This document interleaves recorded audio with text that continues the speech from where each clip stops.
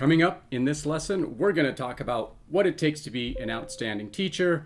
We'll overview Bloom's taxonomy. We're going to talk about how Bloom's taxonomy is going to apply to lesson planning and organizing your teaching.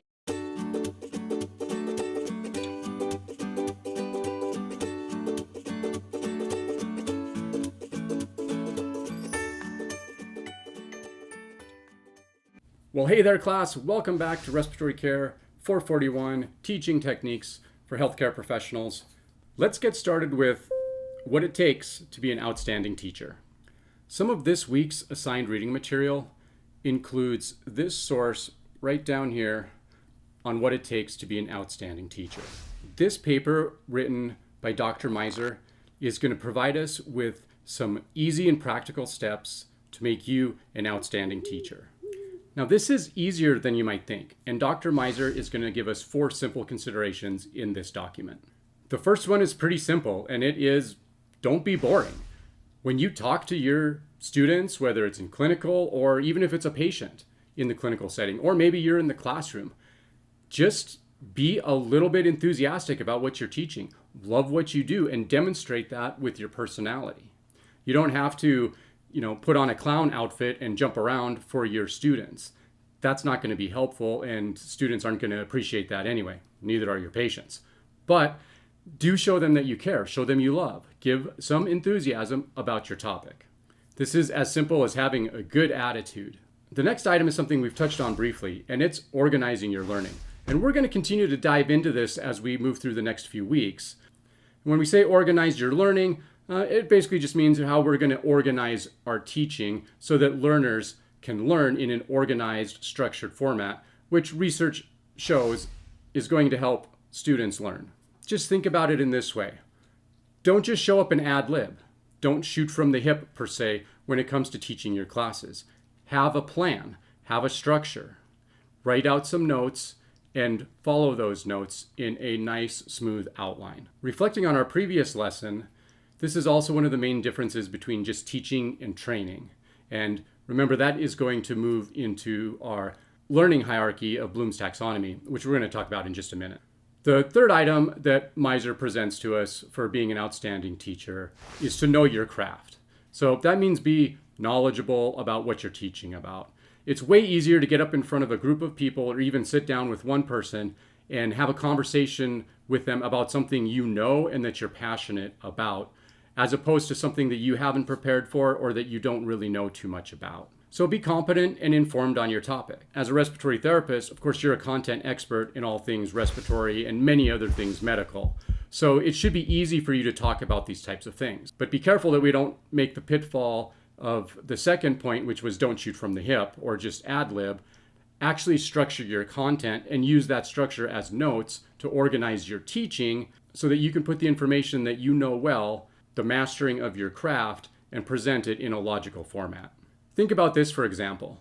If you like football or baseball or any other type of sport, or maybe it's some type of craft or music, maybe you're into hiking, whatever the hobby might be, you probably know a lot about it because you're passionate about it and you like doing it. You could sit and talk to someone probably all day on that topic because you know it from the heart and it's something you're passionate about. Well, that's the type of enthusiasm and level of knowledge that you hold regarding the topic that you're going to be teaching. Now, this takes a little bit of work, right? Because some things you're going to teach about, you may not be a content expert. And a lot of first-time teachers are really worried about what they're going to do in this classroom in front of a bunch of people on something they're not sure how to teach. But if you know the information that you're supposed to be teaching, it makes teaching all that much easier. Same thing goes for public speaking. If you know what you're talking about, you're going to demonstrate yourself as prepared and knowledgeable and competent. But if you don't really know your subject, think back to maybe middle school when you were forced to give some kind of awful presentation and you did a bunch of research the night before, and then you got up and you were supposed to speak. Well, you couldn't do it unless you were reading exactly from your notes. And you couldn't do that because you didn't know the material from heart. But something that you're a content expert on that you know from your heart, you should be able to present in a confident and well-prepared manner. All right, moving right along. The fourth item that Miser talks about in this document, in his list, is about growing relationships within your classes. So think about that teacher to learner relationship that you may have had while you were growing up in your RT school or anywhere else in your college studies. What really made a great difference in your learning was that relationship that you had with an instructor. Of course, I'm not suggesting that you guys, go out to dinner on a regular basis or that this becomes overly personal. You want to avoid that. That's not a safe place to be. However, you want to be available to your students. That means responding to emails in an appropriate time, but also having some office hours or some times where students can just reach out to you and get a hold of you. As Miser states, the best teachers are going to work hard at developing these relationships, good, positive relationships. So be friendly, be enthusiastic, and acknowledge your learners. Make sure you take some time to get to know each and every one of them. A big part of this is also providing timely feedback. For you to be accessible, you have to provide feedback to their work. Now, it doesn't need to be immediate. It can be a day or two.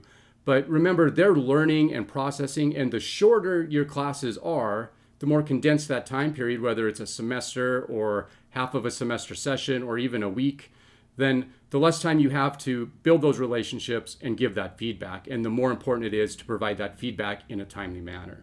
So make sure you're getting them good detailed feedback quickly, and that's going to help you build that relationship. And perhaps for good measure, a warning of caution here.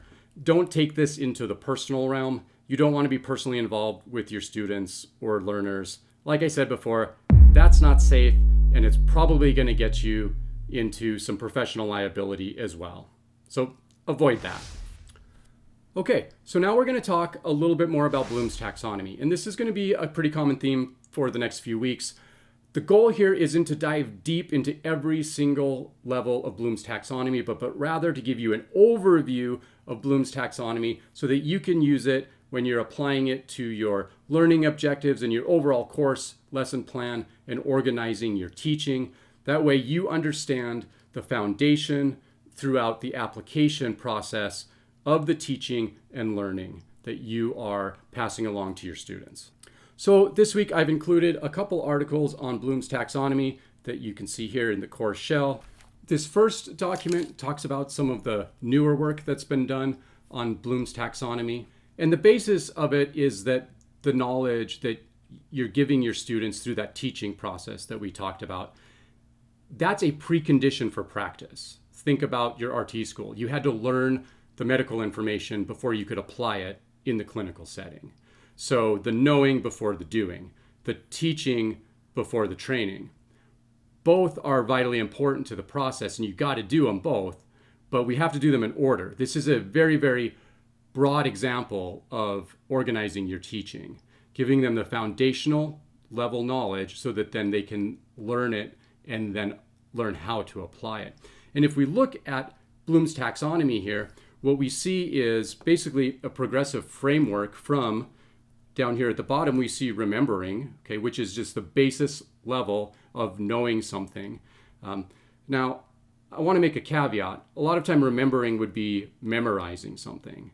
And then as we move up the pyramid here, we see that we go to understanding. So it's not just being able to parrot something back verbatim that we've memorized. Memorizing doesn't really indicate that you know something. It means that you can repeat something that you've heard before. But to demonstrate an understanding of something means that you now have more knowledge of that subject and you're able to process it and synthesize it in a way that you took an input in, you processed it, a throughput, and then you outputted it in a way that is understandable and that makes sense. So remember, memorizing something doesn't count as knowing it. And Bloom's taxonomy helps us go from that memorization phase at the bottom of remembering something up through the understanding. Now we're getting to a place where we know the material because we understand it to the point where we can actually apply it. And then if we keep going, you'll see we're analyzing and then evaluating and ultimately creating. So knowing something to the point where you can actually apply it and then eventually discover new material through that application, even to the point of creating new knowledge or adding to the base of literature on a certain topic, is what Bloom's taxonomy is all about. And from a big scope of things, that's what teaching and learning is about. We start at a very base level, and then we move up until we have independent learners that are now capable of teaching themselves, teaching others, but then also doing research to identify or create new knowledge. Now, how do we take Bloom's taxonomy and then apply it to lesson planning, and specifically the beginning of the lesson plan, which is our course objectives? Well, I've provided this document for you here, which will overview some of the basic information regarding how to write good learning objectives. And the first thing covered really is what's the difference between a learning objective and a learning outcome. And you might hear conflicting ideas about this, but in general, in this course, I'm going to use the term learning objectives to be a course level or lesson level objective or goal for that individual lesson or individual course. I'm going to use the term outcome as it refers to the entire program that the course is being offered in, or even at a higher level, a university outcome that the college or university expects you to learn during your degree process. So objective would be course level and outcome would be program, department, or university level.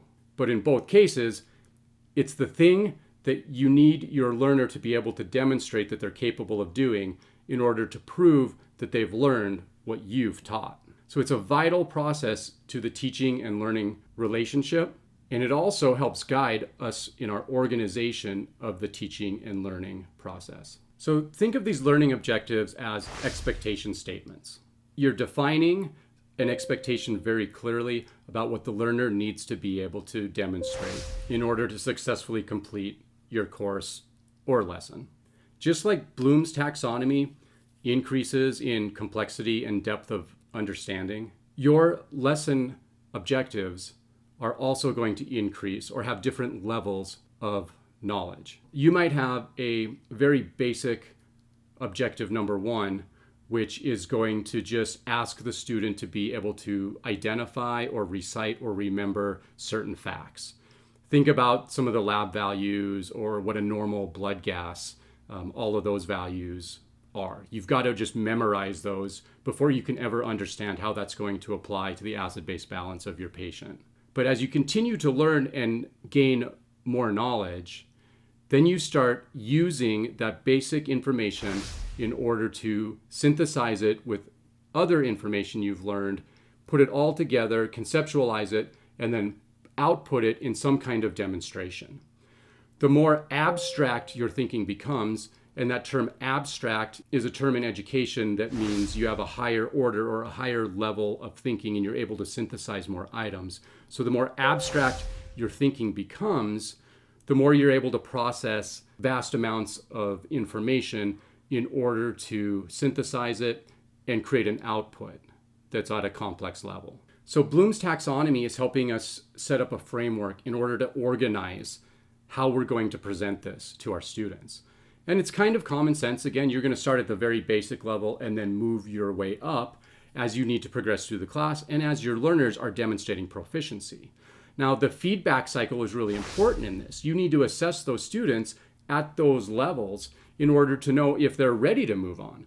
Because if a student's not ready to move on, if they haven't memorized the information, then there's no way that they're going to be able to synthesize and apply it in an understanding way. And therefore, it's not going to be meaningful and your student's not going to be successful, which means you failed your objectives of trying to teach this material to your students. In essence, this builds a scaffolding framework of knowledge construction that you are building piece by piece in which your students can climb as they're going from basic introductory level to an expert level of learning. We'll talk more about organizing teaching next week. All right, class, that wraps up this lesson on what it takes to be an outstanding teacher, a brief overview of Bloom's taxonomy, and how that applies to organizing your teaching and course lesson objectives.